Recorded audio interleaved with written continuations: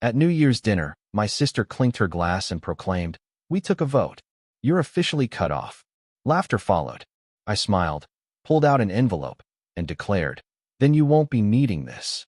The room remained silent when they saw what was inside. I, 32M, never thought a New Year's dinner could change everything. Growing up, I was always the family disappointment, the one who didn't follow the traditional path like my older sister or younger brother. While they pursued stable careers in law and medicine, I took risks, started businesses, failed a few times, and eventually built something substantial in tech consulting. The irony wasn't lost on me that the same family who criticized my unconventional choices had no problem asking for financial help when they needed it. Over the years, I'd quietly covered my parents' medical bills, helped my sister through her divorce, and even funded my brother's medical school loans. I never asked for recognition or gratitude. Family takes care of family, right?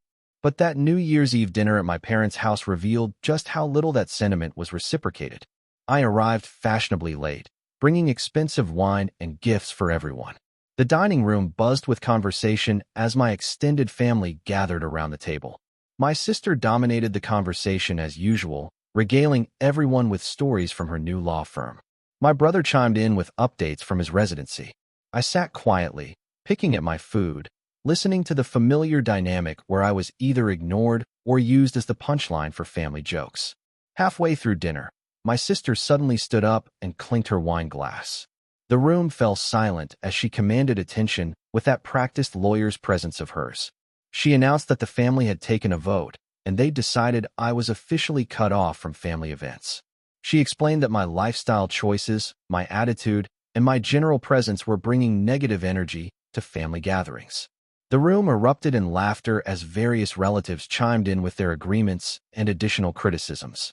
My aunt mentioned how I always seemed disconnected during conversations. My uncle joked about my failed business ventures from years ago. Even my parents sat there smiling, not defending me in the slightest. My brother just shrugged when I looked at him, as if this was inevitable.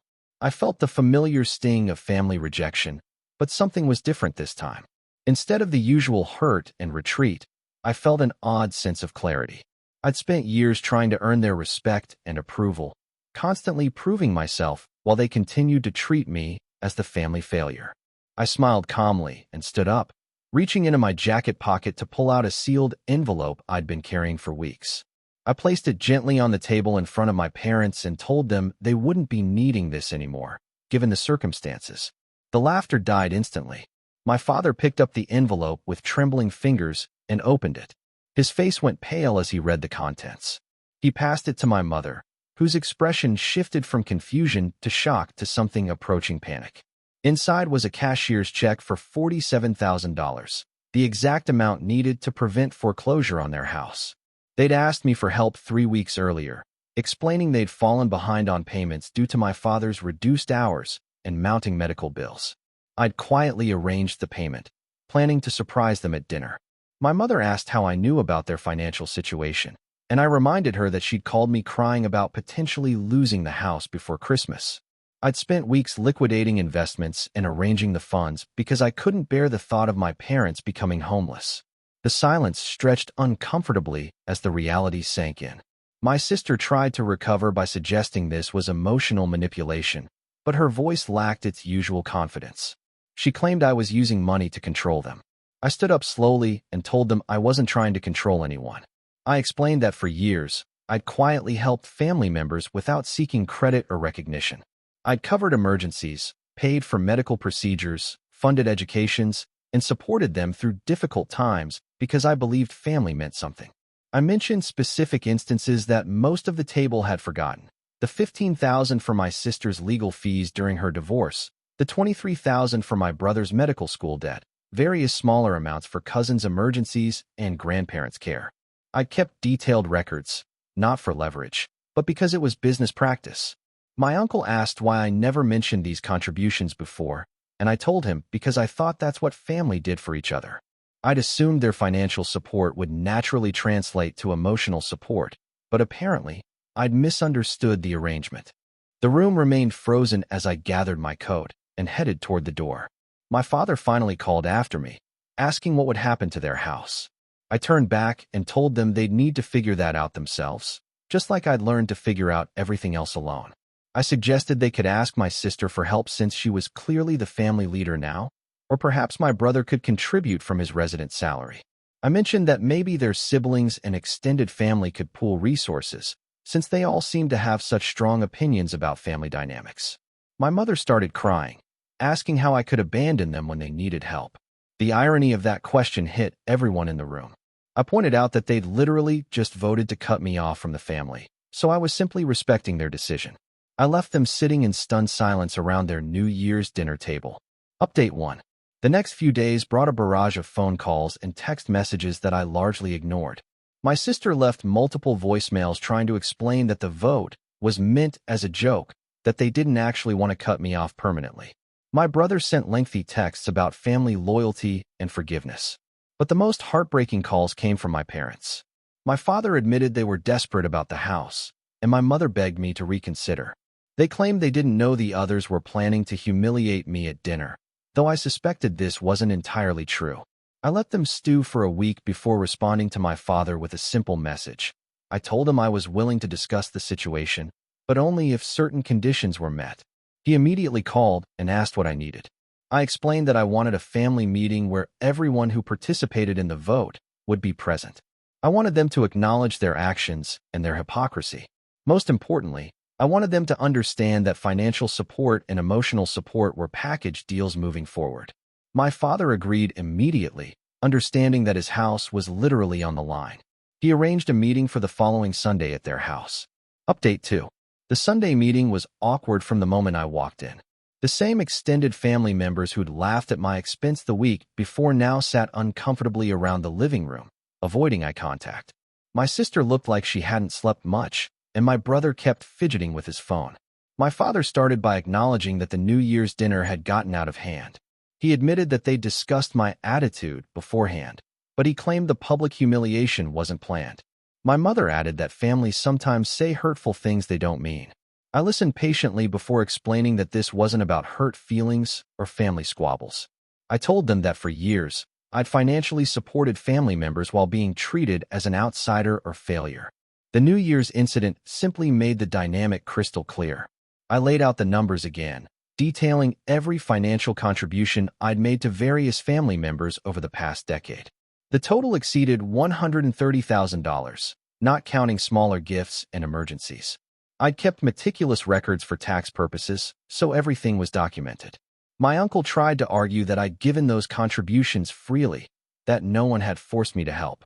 I agreed completely and told him that going forward, I wouldn't be forced to help again. I explained that my assistance had always been voluntary, and it would remain voluntary based on how I was treated.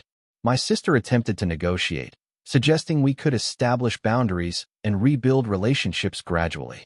She proposed family counseling and regular communication to address underlying issues.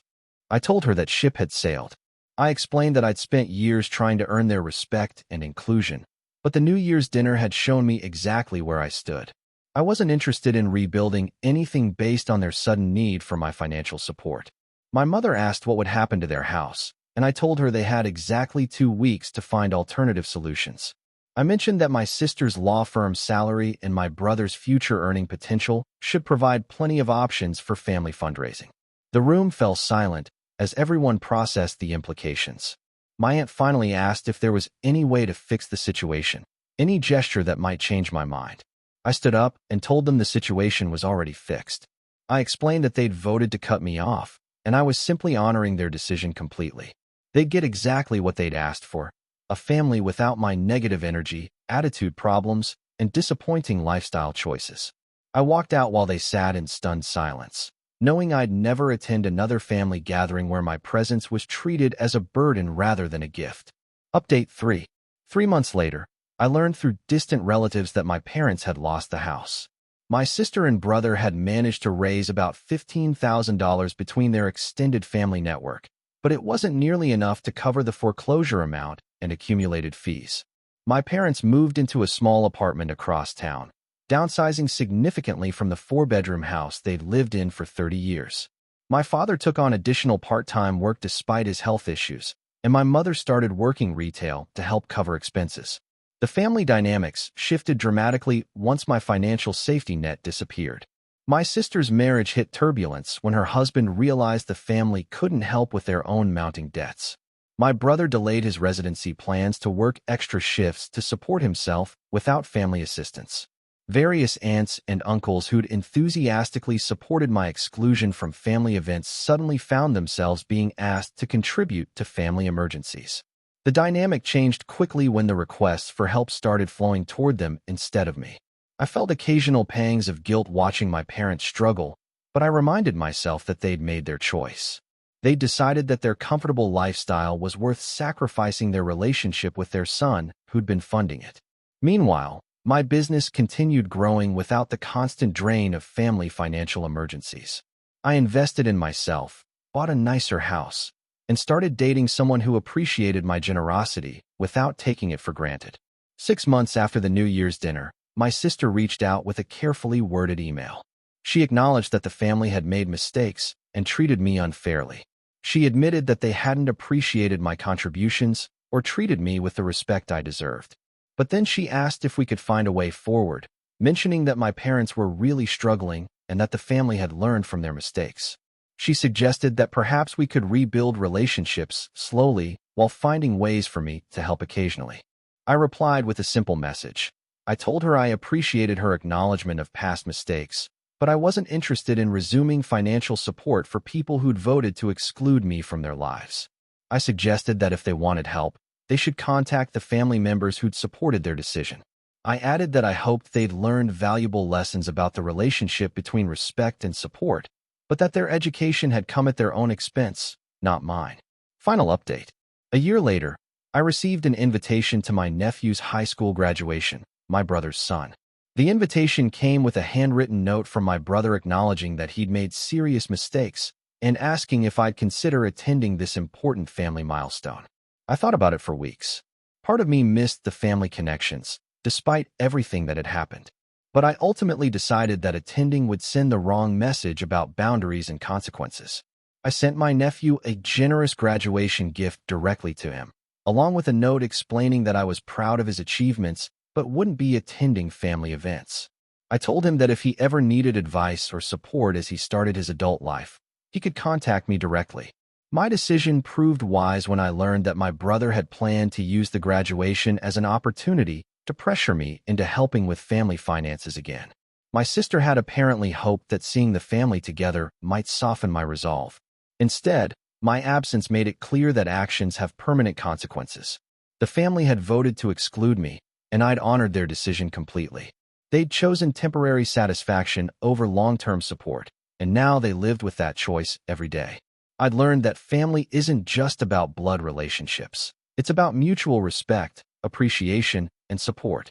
When those elements disappear, the family bonds become meaningless obligations rather than meaningful connections.